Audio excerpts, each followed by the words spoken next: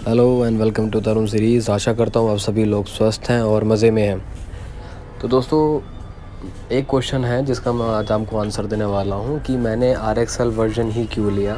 मैं RXT भी ले सकता था, मैं कोई दूसरा वर्जन भी ले सकता था, तो मैं RXL में ही क्यों मैं सेटल हुआ। इसके अंदर काफ़ी सारे रीज़न्स हैं।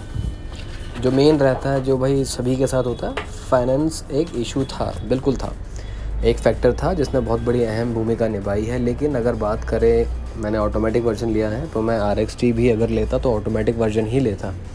अब सिंपल सी बात ये आती है, अब हर एक का अपना अपना सेंस ऑफ कंफर्ट रहता है।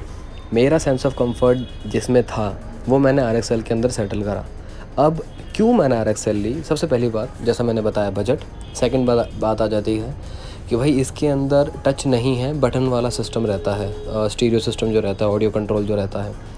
मैं पर्सनली बटन वाले में ज़्यादा कंफर्टेबल फ़ील करता हूँ, क्योंकि एक मसल मेमोरी नाम की चीज़ होती है हमारे हाथ को आदत हो जाती है कि कौन सा बटन कहाँ है, तो ड्राइव करते समय बटन सीधा टच कर देते हैं, हमें लेफ़्ट राइट देखना नहीं पड़ता। सेम जो स्टीयरिंग माउंटेड कंट्रोल जो होते हैं, काफ़ी लोगों को उसमें भी आदत हो जाती है, तो उनको तो देखना भी नहीं पड़ता क्या हो रहा है क्या नहीं हो रहा, वहीं से वो कंट्रोल कर लेते हैं। सिमिलरली जैसे बटन स्टीयरिंग व्हील के ऊपर जब हमें हेल्प करते हैं, वैसे ही बटन मुझे ऑडियो कंट्रोल जो मेन हमारा सेटअप रहता है बीच में, वहाँ हेल्प करते हैं। ये दूसरी बात हो गई। तीसरी बात आ जाती है, अब कईयों ने बोला कि भाई इसके अंदर तो आपको वो भी मिल जाता है, क्या कहते हैं, पीछे वाली सीट्स पे पावर विंडोज़ मिल जाती हैं, यहाँ पे हाथ से करनी होती हैं। अब इस वाले पॉइंट पे मेरी पर्सनल नीड ऐसी थी कि मैं जब ट्रैवल करता हूँ तो आम तौर पे पीछे वाली सीट खाली रहती है। अधिकतर नहीं होता कि पीछे कोई ना कोई हो, लेकिन कोई होता है तो गर्मियाँ रहती हैं तो भाई अंदर AC चलता है, शीशे खोलने का मतलब नहीं। सर्दी रहती है तो ठंडी हवा कौन अंदर आने देगा, तब भी शीशे खोलने का मतलब नहीं। एक आधी बार बीच में खोलना होता है तो बंदा हाथ से कर सकता है। और मेरी गाड़ी में जब ट्रैवल होता है तो आगे वाले में मुझे ऑटोमेटिक विंडोज़ मिल जाती है, तो मैं आगे वाले को ऊपर नीचे कर लेता हूँ इन केस कभी एज सच नीड हो, जब मुझे ऊपर नीचे करनी हो तो ये चीज़ और आ जाती है। अब इसके अलावा, इन दो फैक्टर्स के अलावा तीसरा और कोई फैक्टर नहीं है जो बहुत ज़्यादा डिफरेंस आपको लाता हो RXT और RXL में।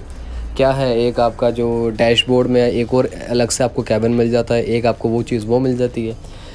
यार ट्राइबर में जगह की कमी है क्या? RXE से लेके RXZ तक कमी है, बस एक एक्स्ट्रा डैशबोर्ड का आपको कैबिन नहीं मिल रहा, उसके अलावा सब कुछ तो है। RXL के अंदर भी जो बीच में जो स्पेस मिलता है वो ठंडा वाला स्पेस है, जहाँ पे आप चीज़ों को ठंडा रख सकते हो, कूलिंग स्पेस है, वो RXL में भी है, T में भी है। उसके अलावा एक टच ही तो नहीं है।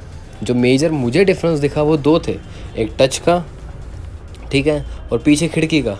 अब इन दो चीज़ों के लिए मैं 1 लाख एक्स्ट्रा रुपीज़ क्यों दूँ जब मेरी नीड ही नहीं है, मुझे रिक्वायरमेंट नहीं है। मैं ये नहीं कह रहा हूँ क्योंकि मेरी नीड नहीं है तो दूसरे इंसान ने अगर RXT लिया तो उसने गलत या मूर्खता काम करा है, नहीं। उसकी नीड उस हिसाब से होगी तो उसने लिया है। लोगों ने RXZ मॉडल भी लिया है, लोगों ने RXE भी लिया है। तो मेरी चॉइस ऐसी थी कि फ़ाइनेंस सबसे बड़ा हर्डल था कि भैया मुझे फ़ाइनेंस में देख कर लेना था। फ़ाइनेंस के अंदर देखा जाए तो RXL मेरी हर एक रिक्वायरमेंट को पूरा कर रहा था। हमने अपनी लाइफ बिता दी है अलग अलग गाड़ियाँ चला के, लोगों ने, हम सब ने। भाई पहले तो हमने कभी ना ही बैक सेंसर्स की ऐसी रिक्वायरमेंट हमें पड़ी, ना ही हमें बैक कैमरे की ऐसे कोई रिक्वायरमेंट पड़ी, और इन केस पड़ती भी है तो हम बाहर से लगवा लिया करते थे। अब तो सेंसर लगे आते हैं, चाहे वो बेस मॉडल में हो चाहे टॉप मॉडल में हो, एक कैमरा ही है, आपको चाहिए हो तो आप बाहर से लगवा सकते हो। मेरी तो पुरानी वाली गाड़ी में सेंसर था, सॉरी बैक कैमरा था, मैंने वही बैक कैमरा उठा के अपनी RXL में लगा दिया है, जो आप मेरी काफ़ी सारी वीडियोस में मैंने दिखाया भी हुआ है।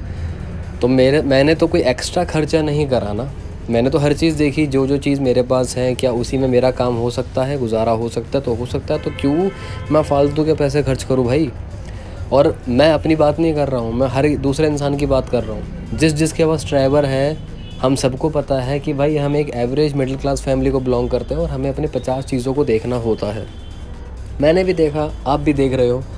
तो इसलिए आप कोई सा भी वर्जन अगर लेने जाते हो ड्राइवर का, आप वही चूज़ करना जिसमें आपको सेंस लगती है, चाहे वो बेस हो चाहे वो टॉप मॉडल हो। आपकी बजट, आपके जो पॉकेट है वो अलाउ करती है, आपको फ़ील होता है कि मेरी हर एक नीड इस वाले वर्जन में पूरी होगी तो ही लेना। और बहुत बढ़िया कार है भाई, मज़ा आता है ड्राइवर चला के, तो आप लोग भी चलाओ, चलाते रहो और अपना एक्सपीरियंस मेरे साथ शेयर करते रहो कि कैसा रहता है। तो आशा करता हूँ आप आज की वीडियो आप लोगों को थोड़ी अच्छी लगी होगी और मिलता हूँ अगली वीडियो में। Bye bye and take care.